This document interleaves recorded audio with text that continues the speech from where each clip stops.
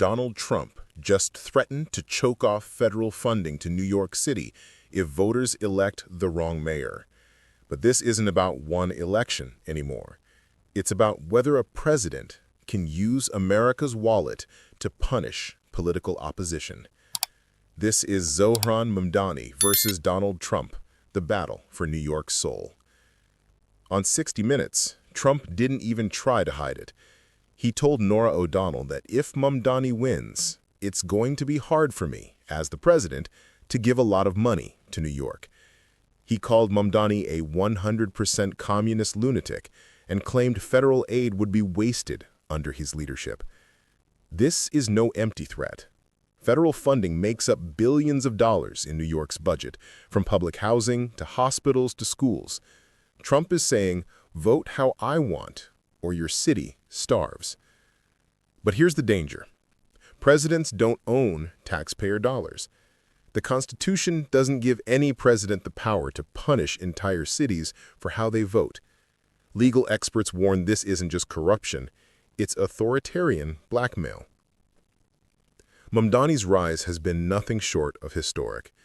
He shocked the political establishment in June by defeating former Governor Andrew Cuomo in the Democratic primary, running on a grassroots, corporate-free campaign. Trump keeps calling him a communist, but Mamdani calls himself a democratic socialist, in the mold of Bernie Sanders, not Joseph Stalin. His platform? Universal health care, affordable housing, and taxing billionaires to fund public programs. Instead of retreating from Trump's attacks, Mamdani marched across the Brooklyn Bridge at sunrise with Attorney General Letitia James, vowing to fight back in court for every dollar New York is owed. Trump's not backing the Republican Curtis Sliwa. Instead, he dropped what sounds like an anti-endorsement that helps Cuomo. On 60 Minutes, he said, "I'm not a fan of Cuomo one way or the other, but if it's between a bad Democrat and a communist, I'll pick that bad Democrat." Mamdani immediately labeled it an endorsement. Cuomo's team fired back, calling him a liar, but they didn't deny the benefit. So now the race is chaos. Mamdani, Cuomo, and Sliwa. Trump's insults might actually boost the Democrat he supposedly dislikes. It's political chess, messy, dangerous, and entirely self-serving. This isn't Trump's first time trying to punish cities. During his first term, he attempted to cut off sanctuary cities from federal grants.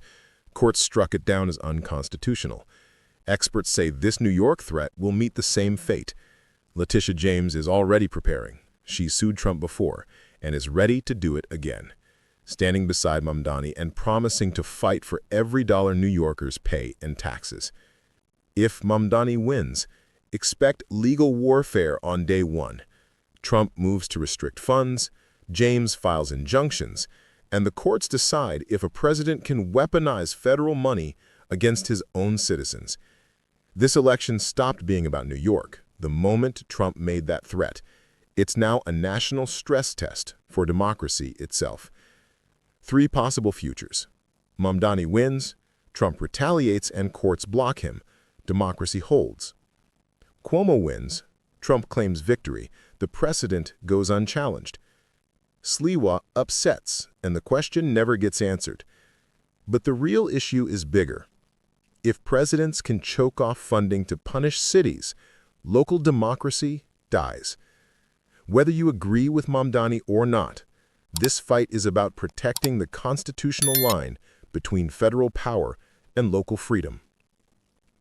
If you believe no president should have the power to bankrupt a city for how it votes, hit subscribe, turn on notifications, and share this video. Today it's New York. Tomorrow it could be your city.